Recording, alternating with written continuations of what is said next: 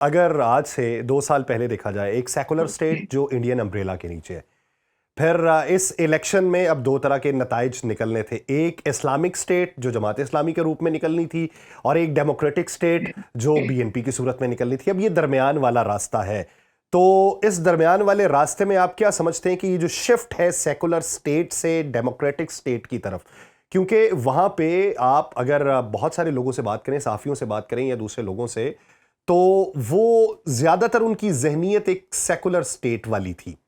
तो क्या आप ये समझते हैं कि वो इतने मॉडरेट हो जाएंगे कि इसमें खुद को एडजस्ट कर सकें? देखिए, मुझे लगता है कि बांग्लादेशी लोगों ने जो वोट डाला है उन्होंने अपना ज़हन तो बता दिया है। हम्म। वो लेस इंटरेस्टेड है कि हमारे मुल्क पर सेकुलर स्टेट लगे, रिलीजियस स्टेट लगे। आई थिंक उनको अपनी एक सॉवरेनिटी नंबर वन प्यारी है, जो मैं रीड कर पाया हूँ। नंबर वन सॉवरेनिटी और आज़ादी प्यारी थी, जो इंडिया के कराची से निकले हैं। ठीक है। और दूसरी उनको अपना इकोनॉमिक ग्रोथ ज्यादा प्यारी है, नंबर टू। उसमें मैटर नहीं करता कि आप उसको कौन सी गवर्नमेंट कहें या कौन सी हुकूमत कहें, कि वो सेकुलर है या फंडामेंटल्स है या रिलीजियस एक्सट्रीमिस्ट है। रिलीजियस एक्सट्रीमिस्ट तो पहले ही मैंने बताया कि ये इलेक्शन से पहले एक अलायंस बना है, वो बाय डिफॉल्ट जमात इस्लामी उस तरह पॉपुलर नहीं रही, ऑल्दो हम्म। उसकी कुर्बानियां बहुत ज्यादा है, मैं उसको निगेट नहीं करना चाहता। हम्म। हम्म। लेकिन मैं ये सिर्फ इस तरह देख रहा हूँ कि ये मेरा नहीं ख्याल, लोगों की इस वक्त प्रायोरिटी है ही नहीं कि आप हमें क्या स्टैम्प करना चाहते हैं। ठीक है। लोग चाहते हैं कि एक लॉ एंड ऑर्डर आए, हम्म। पीसफुल हो जाए, हमारी डेवलपमेंट हो, हमारी सॉवरेनिटी वापस मिल जाए, और हमारी डेवलपमेंट एज पर मेरिट हो, जॉब अपॉर्चुनिटीज हो, इंटरनेशनल मार्केट में कॉमिटी ऑफ नेशंस में एक इज्जत हमें मिले, और अपॉर्चुनिटीज क्रिएट हो, ना सिर्फ डोमेस्टिक बल्कि इंटरनेशनल ट्रेड की। तो मेरा ख्याल है लोगों की इस वक्त प्रायोरिटी यही होगी।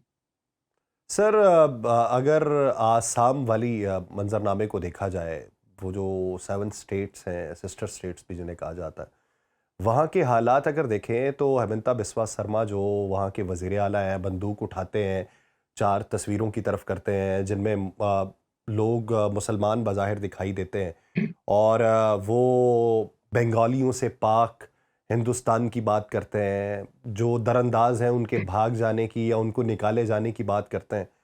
तो अब जब इस तरह की सिचुएशन वहाँ बनी हुई है, तो इंडिया कैसे अपने आप को महफूज कर पाएगा कि उसको जो सबसे बड़ा ऑप्शन था कि कोई भी हुकूमत आए, हमारी ये स्टेट, हमारी ये सरहद महफूज रहनी चाहिए, तो फिर इस मामले के ऊपर ताल्लुकात किस नहज तक पहुंचेंगे? जी, बिल्कुल अच्छा सवाल है आपका। और मैं इधर भी एक राइज देख रहा हूँ, एक एलिमेंट ऑफ अनकंफर्टेबल या इरेशनैलिटी, दोनों तरफ से एक पॉसिबिलिटी निकलती है। बिकॉज इंडिया के लिए तो over the period of time जो हमने बात की 15 सालों से, एक बहुत कंफर्ट जोन था। हम्म। यानी इंडियन गवर्नमेंट की बहुत ज्यादा सपोर्ट करती थी सीना वाजिद, यहाँ तक कि उनके मिलिट्री रवाबित बहुत ज्यादा थे, स्ट्रैटेजी बॉर्डर की खासतौर पर इन मुल्कों की ऑलमोस्ट ज्वाइंटली तय होती थी। लेकिन अब वो नहीं है, अब वो नहीं आया। तो अब मुझे लगता है कि एक एलिमेंट ऑफ डिस्कम्फर्ट जरूर हो सकता है, एक एलिमेंट ऑफ डिस्ट्रस्ट पहले ही है दोनों में। जाहिर है ये हुकूमतें दोनों में से कोई भी आ जाती तो इंडिया का वो कंफर्ट लेवल नहीं है जो सीना वाजिद का था। तो मेरा मानना ये है कि ये और ज्यादा इरप्ट होगा इशू, जब तक इसको ऑब्वियसली इंडिया खुद पुल बैक ना करके इसको हवा ना दे। लेकिन इंडिया की अपनी मजबूरी है कि उसको हवा क्यों ना दे, कि जब तक उसकी हुकूमत पसंद की नहीं आएगी। तो 71 में भी उन्होंने 1 लाख फ्रॉगमैनशिप को ट्रेनिंग दी थी उनकी, और ये समंदरों में और नहरों में एंटी स्टेट जो सारे किए थे, सैबोटाज किया था, वो उन 1 लाख मुक्ति बांधने के लोगों ने किया था। ये उस वक्त हम यूनाइटेड पाकिस्तान था। दैट मीन्स कि हम ये 1970 और 69 70 के बाद, इलेक्शन की बाद में बात कर रहा हूँ। तो उसके बाद इंडिया ने इतनी इन्फिल्ट्रेशन की थी, जस्ट बिकॉज लॉन्ग टर्म उनका गोल यही था कि किस तरह इंडिपेंडेंट किया जाए, ईस्ट पाकिस्तान को बांग्लादेश में कन्वर्ट किया जाए। हम्म। तो इंडिया अभी भी चुप करके नहीं बैठेगा। आई आई फोरसी के ये कंट्रोवर्सी, ये डेफिनेटली एक पेन क्रिएट कर सकती है दोनों मुल्कों के रिलेशंस के दरमियान। तो सर, अब आप क्या समझते हैं कि जब एक मुल्क को आगे बढ़ाना है, आपने नारा इलेक्शन के अंदर ये लगाया कि आई हैव अ प्लान। ये नारा जो था वो बीएनपी की तरफ से था, और जमात इस्लामी के 11 जमाती इत्तेहाद की तरफ से था कि इंसाफ होगा। अब इन दोनों में बुनियादी तौर पे फर्क है। आई हैव अ प्लान के अंदर प्लान्स कौन कौन से उनके जहनों के अंदर हो सकते हैं? क्या फिर हम ये देखेंगे कि पॉलिटिकल विक्टिमाइजेशन होगी, यानी अवामी लीग के वो लोग जो अभी खामोश हैं या गायब हैं, उनका एहतसाब फिर से सबसे पहले शुरू होगा? या फिर आप ये समझते हैं कि मईशत सबसे पहला जो उनका हदफ है, उसके ऊपर इकदामात होंगे और ये चीज़ें बाद में जाके देखी जाएंगी? जी, मेरा ख्याल है ये आई हैव अ प्लान बड़ा पॉजिटिव है, और मैं प्रिडोमिनेंटली जो रीड कर पाया हूँ वो इकोनॉमिक प्लान ही है। हम्म। जिसका मतलब है कि हम को अपना एक तो सॉवरेनिटी प्लान मैं कई दफा कह चुका ना आपके, जब से हम बात कर रहे हैं, कि एक जी। सॉवरेनिटी में तो डेफिनेटली ये प्लान नंबर वन है कि हम सॉवरेन मुल्क होंगे और किसी मुल्क से आजाद होंगे, नंबर वन। और बेसिकली इस प्लान का मतलब मुझे लगता है कि वो हाईलाइट करते हैं इकोनॉमिक प्लान। डिप्रिविएशन हुई है, उनकी करेंसी की उस तरह हालत नहीं रही, उनकी एक्सपोर्ट उस तरह नहीं हुई, उसकी रेलेवेंस कम हो गई है over a period of time. खासतौर पर अगर इंडिया ने इस तरह कुछ कर लिया कुछ महीनों तक, यूरोपियन यूनियन के साथ तय कर लिया, तो बहुत ज्यादा और इफेक्ट होगा, बिकॉज टेक्सटाइल और गारमेंट में बांग्लादेश का बहुत बड़ा नाम है। तो मुझे लगता है कि आई हैव अ प्लान का पॉजिटिव था, एक रोड मैप दिखाया था। देखिए, लीडर की नंबर वन जिम्मेदारी यासिर साहब होती ही यही है कि जी। उसकी एक विजन होती है। कायदे आजम की एक विजन थी, गांधी की अपने मुल्क के लिए एक विजन थी। लीडर विजन के पीछे लोगों को इकट्ठा करता है, ना कि रिवेंजफुल होने के नाते या हिसाब किताब करने के नाते या किलिंग या इक्वेट करने के लिए लीडर इकट्ठे नहीं करता। वो तो लीडर ही नहीं होता, फिर तो वो तो फिर जत्था हो जाता है, वो जो कहता है कि जो मैं छोड़ूंगा नहीं और मैं आके हिसाब करूंगा। अगर ये ट्रू लीडर हैं, जितना मैं इनके बारे में पढ़ चुका हूं, ये पढ़े लिखे लोग, ये हैं तारिक और रहमान, तो मेरा ख्याल ये है कि इकोनॉमिक प्लान की वो बात कर रहे हैं कि मैं रिवाइव करूंगा लोगों की लाइवलीहुड को, उनकी ग्रोथ को, इकोनॉमिक अपॉर्चुनिटीज को, एक्सपोर्ट खास तौर पर। अच्छा, सर मेरा एक आखिरी सवालों में से सवाल ये है कि जिस तरीके से इब्तदाई तौर पे, क्योंकि आप जब 17 साल जिला वतनी की ज़िंदगी गुजारें, पार्टी स्ट्रक्चर जो है वो तहस नहस हो चुका है, उसके अंदर क्या कुछ हुआ और हमने उसके नताइज देखे जब उम्मीदवारों को टिकट मिली गई। अब जब एक कैबिनेट बनानी है, कैबिनेट में किसको जगह मिलनी है, क्योंकि धड़ेबंदियां नीचे हो चुकी थी। हर कोई ये कह रहा था कि हमारी कुर्बानी ये, आप यहां पर मौजूद नहीं थे, हमने ये किया, हमने ये किया, हमने ये किया। अब उस कैबिनेट की तश्कील में कितने रौले हो सकते हैं और आने वाले दिनों के अंदर ये खुद अपनी पार्टी में या अपनी कैबिनेट के अंदर जेल इन होने के लिए कितना वक्त इनको दरकार होगा? जी, ये भी अच्छा आपने फोकस किया है। इसमें कोई शक नहीं है कि वो एक बीएनपी जो उनकी थी, वो बेसिकली रडरलेस पार्टी थी। खास तौर पर बेगम खालिदा ज़िया बीमार थी आखिरी दिनों में, हम्म। तो सही मानों में इस पार्टी को नहीं कोई चला सका, और ये एग्जाइल में थे और पहले जेल में भी थे और फिर बाहर चले गए।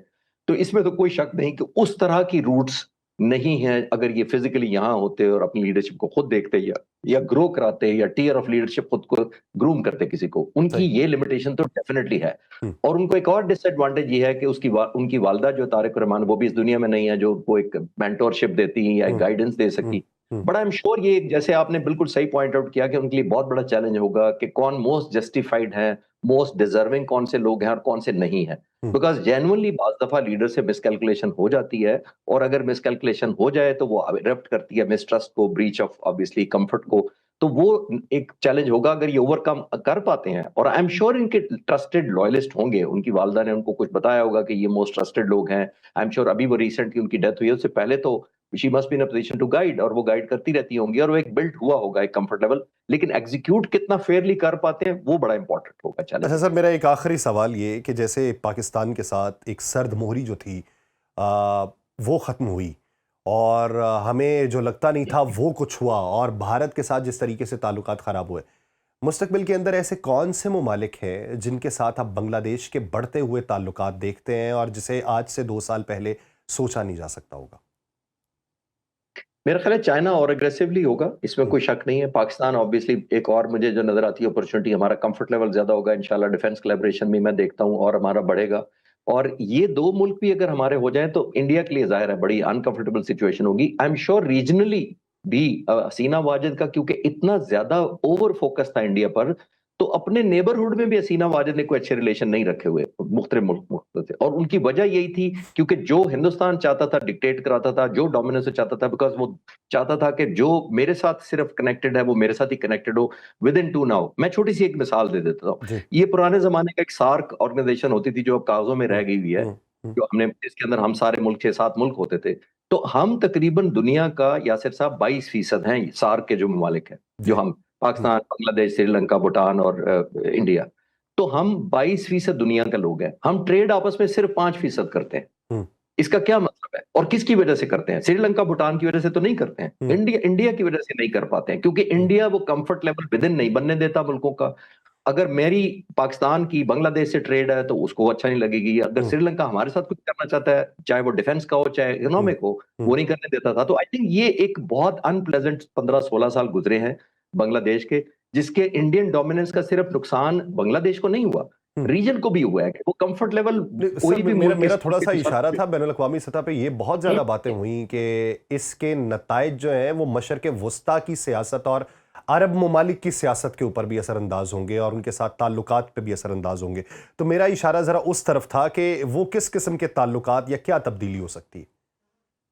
देखिए, बांग्लादेश का तो उस तरह सिवाय ट्रेड के तो रेलेवेंस बहुत ज्यादा नहीं बनती। मिलिट्री का मैं उस तरह प्लेस नहीं करता कि वो कोई मिलिट्री कोलैबोरेशन शुरू होगी या उनके, लेकिन डेफिनेटली 17 करोड़ की पॉपुलेशन है। हम्म, हमसे कम, हमसे ज्यादा थे वो 71 में, और अब उन्होंने कंट्रोल करके मैनेज किया। वो 17 करोड़ है, हमको 26 करोड़ पहुंचने वाले हैं। हम्म, तो मैं ये कह रहा हूँ कि बहुत बड़ी पॉपुलेशन, इसमें कोई शक नहीं है।